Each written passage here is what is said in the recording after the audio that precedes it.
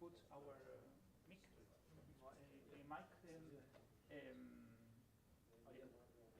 We will definitely have some. Okay, thank you very much.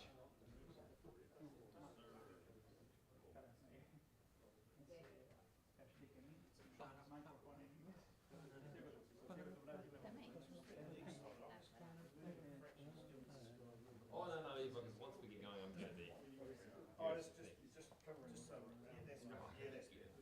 Just so ¿Para qué la querés? ¿Para amordazarlo? No, sí. No, you're fine.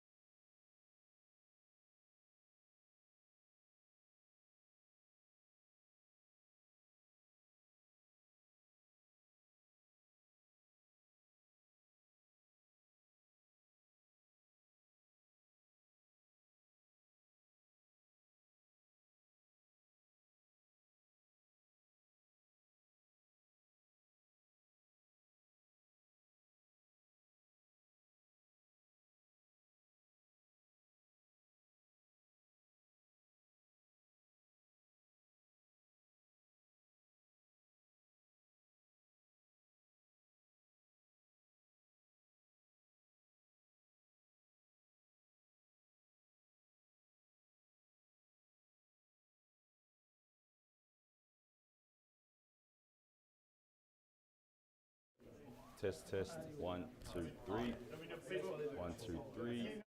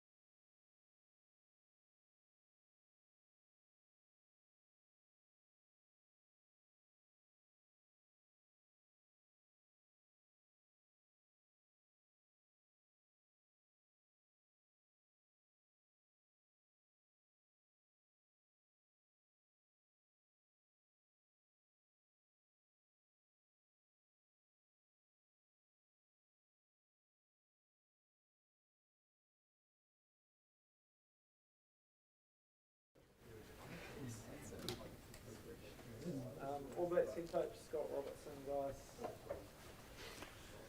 And we are pretty much ready to go when you are. Ryan, did you want to? Yeah, I'd say kia ora, good afternoon everyone, and all como estás? Good to have our Argentinian brothers in the room. Thank you. Scott, you've had your first chance in July of being an international head coach. You've had a few weeks off. How itching are you to get back into the Rugby Championship? Yeah, a couple of weeks feels like a long time, which is good to get back around the group and part of a team and come out here to NZCIS, who's got a great setup for us. And then respect a good Argentinian team. We're having a really good week. Just on the changes you've made to the squad, the squad that you've named, just in particular, Sam Darry, also the halfbacks in the midfield. Could you just run us through the thinking, and was it a tricky decision? Yeah, obviously with Patrick, I had a calf injury, so Sam comes in and Josh Lord's come back from a couple of games, so perfect timing for us. You know, there's some fresh blood coming through with the second rows, the locks, and you know, Sam's been impressive since he's come in, and Josh has, you know, worn a black jersey before, and he'll get straight up to the mark and standard. How did you settle on centre and going for Anton Leonard-Brown this week? What were the key factors behind that decision? Yeah, we talked. This is for the best team for this Test match against Argentina. Look, had a conversation with Rico, and it's a competitive position. You know, we've got 2 or 3 guys now that we can pick, players that we can pick, and you know, it's a performance-based sport, and you know, everyone's got areas to work on, and we've gone with Anton. So it was a form decision you made it on there? It's on a decision for the best for this week. How much were you impressed by Anton in San Diego and what he was able to do alongside Billy? Very, because that's why we picked him. I think he's been a great form all year, both sides of the ball, and he's a really good voice, a good leader in our group, so we're pleased for Anton. A couple of changes in the blue squads, can you just talk through that? Yeah, Luke got a wee hamstring twinge during the week, so Ethan obviously comes into 6 after having, you know, a few games in a row and playing for Tasman, and he was robust as ever in that game. And then obviously Wallace, you know, we're really pleased with him. He had a great 20 odd minutes that he had in San Diego, and he gets to go again and have a bit of continuity for him and play Test footy regularly. And that's Sam McKinney, he's not injured? He's not selected this week. Right, but how important has it been for you to show the players that you want a competitive environment, that you're ready to make changes based on form, and you know, keep everyone wondering about what might be happening? Look, I think it's important. Look, I've always mentioned, you know, my job is to create a depth in the squad and the All Black team, so guys can step in, get them so they're ready, and to create depth, you need to create competition. To create competition, you need to, you know, to train hard and take opportunities when they're given. And yeah, it is a competitive market at the moment in the team, and the guys are stepping up to it. In terms of your locking stocks, how do you assess things in the post Sam Whitelock, Brody Retallick era? I guess it's been a bit disruptive with injuries and changes. Oh, it's exciting. I think it's exciting. We've got a big 6'8" lock coming in, and a 6'9" lock on the bench, and are good athletes. And you know, when someone retires, someone gets an opportunity, and it's their opportunity. So we set them up the best we can to perform, and they've done it themselves as well. They've owned the role and the opportunity this week, and now it's Saturday night with a performance, so they can, you know, keep their jersey. Does the All Blacks' recent record in Wellington give you cause for any concern? My concern's on performance. Records look after themselves, so our focus is on respecting the Argentinians with a great week of prep. I understand you're on the sideline for Will Jordan's game for Tasman last week in Christchurch. What did you see from him, and how's his readiness for Test rugby? I saw a decent try, his trademark try, and anticipation off the ball. You know, he's in good nick. He's fit. He's ready to go. Obviously, Bowden's been exceptional, and to have Will Jordan coming off the bench to make an impact, special, isn't it? So yeah, a couple of guys and available around the 15 jersey is great. And just on that bench, the explosiveness, you look at some of those players, Rico, Will, Wallace as well. How much does that factor into your thinking, the bench impact and what you want out of that? Well, you pick a 23. Sometimes you start with the bench to look and the impact and how the team's going to finish and how they complement each other. And so obviously Rico can play 13 wing and and Will can play fullback and wing as well. So the utility factor is really critical, and the depth in the competition we talked about, Gregor. You know, and those guys can create an impact off the bench with with their speed. Coach, you've retained Sevu and Caleb on the wings. Sevu and Mark Talia on the wings. How tempting was it to look at the power game of Caleb? Yeah, there was a long conversation, real long conversation for all of us. You know, Caleb took his opportunity, and so the other two wings. So it's a balance of the two, but Caleb's right there. I'm really pleased with him, and it was fine margins on the call.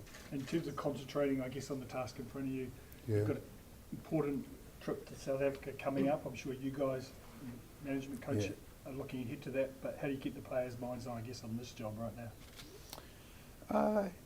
Although they're clearly focused on last week, and Artie's done a great job. He stepped in there for Scott, and look, you know, history's not far ago that you know, they had an incredible game against us. You know, they're passionate. They've got a hell of a forward pack. They're you know, they're well coached. So on their day, you know, they don't get to the final four in the World Cups without having a serious test team, and we're focused on them really clearly.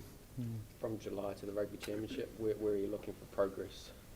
So again, sorry? From 3 tests in July to the Rugby Championship, obviously different opposition. Where do you want to see progress in your game?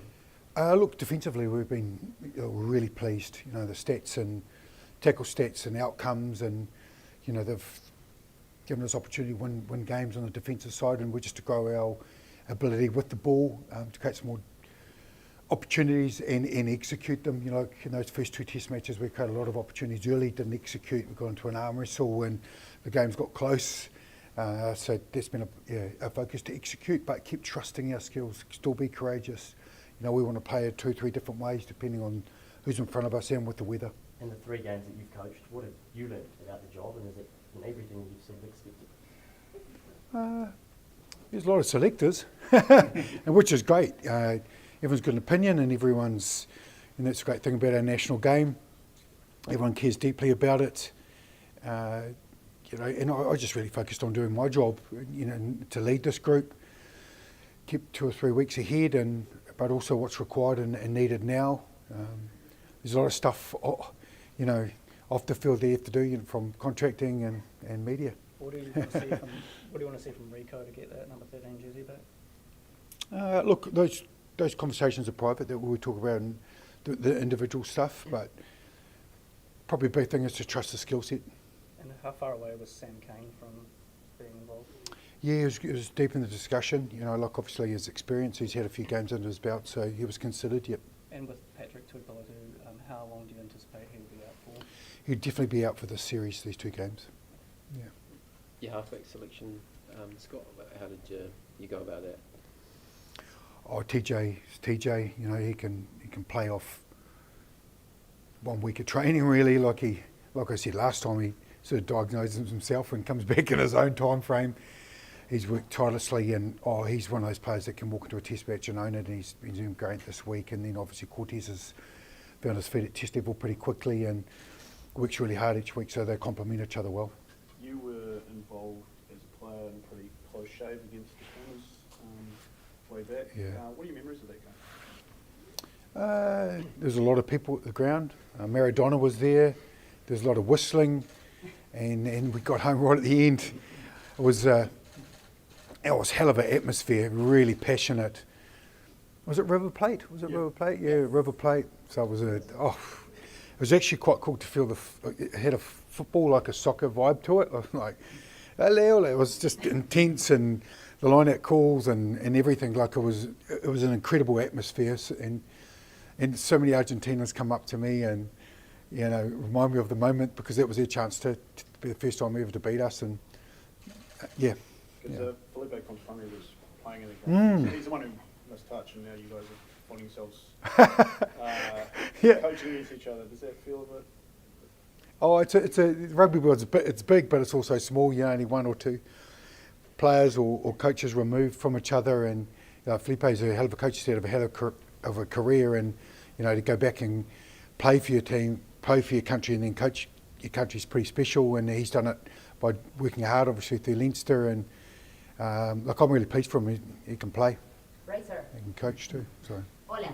Hola, from ¿cómo estás? Argentina. Now that you talked about the match in River Plate, we remember very good because we thought it was going to be the first time that we were going to beat the All Blacks, but now, of course, we remember your try. First of all, I want to talk about Argentina. What kind of match do you expect? We heard a lot of you talking about Pablo Matera and maybe some players that are going to be important, but what kind of match do you expect? Look, the Argentines play with emotion. That's where they draw from, the passion, what they care about, and having coached him, become good friends with my amigo, Pablo. I understand where he draws his energy from, and on their day they can scare, they can frighten you, and they can beat you. So that's why, like I said, we respected us with our preparation for them being at their best. And I just think the physicality and the contact that they bring is a real point of difference for them. So you have to do more than match it. And also, if you see the profile of Felipe Contepomi, the head coach, is maybe a similar story because you both been, you've been head coach, but Felipe was also in Leinster, and you were very successful. And these are the first 3 matches for each in their national team. What are your thoughts on Felipe? I don't know if you are close, and what can you say about him? Like I said before, I fully respect what he's done and how he's done it. He's got his hands dirty straight after playing into coaching and come through all the levels. Obviously been an assistant there for a while, but rugby takes you around the world, and for him and his family to get to Leinster and learn his craft there and come back, and you can see the beautiful tinge of the flavour of his Argentina style, but the skill sets and the shape that he's brought with him, how he's evolved Argentina to. Okay, guys, we might throw it back your way, if that's all right. Thank you. Gracias. That's right, go on.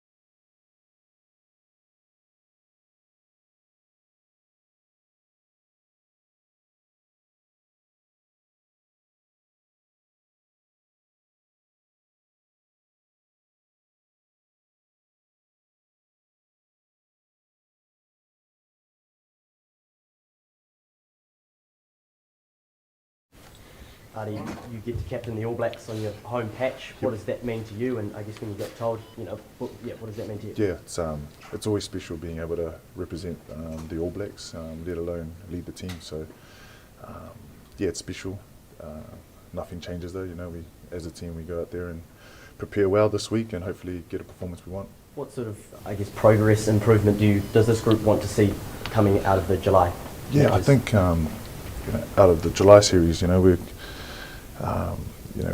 we understand our game more now and the players that we're playing with around us. So really looking forward to playing the game that we've planned to play and against a quality Argentina side, which is going to be tough. Artie, I think you've captained the All Blacks 8 times, but all of them been overseas. How special to play in a city like Wellington and it's close to you and captain? Yeah, I didn't know that. It'll be cool. Family and close friends will be able to come in the stands. Not the kids; they're too rowdy. But it's special being in Wellington and playing an All Blacks game there. It's always special. What sort of reception have you had in Wellington since the announcement you're going to be leaving the Hurricanes? Actually, it's been all good so far. Just go to the local cafe and a few conversations with some people about it. But it's been good. As a squad, what have you learned from July that you need to improve on as you head into the Rugby Championship? Yeah, I think it's just the skill sets under pressure, being able to adapt and adjust to different situations, scenarios in a game. But yeah, for us, it's nailing the simple things. You know, our breakdown. You know, Argentina got quality players in their team, from the forwards to the backs, that can attack that. So, you know, our game can't run without our breakdown. So we need to sort that out. But yeah, it's mainly all the simple things in our game that we need to nail. A couple of new loose forwards in the mix now. What sort of changes can we expect from that? Wouldn't say new with Scratch and Buppy. You know, played alongside them during our COVID-19 tour that we toured overseas, and they're hard-working men, and they move and they work and they grind. So it's going to be exciting, and be awesome to play with them too.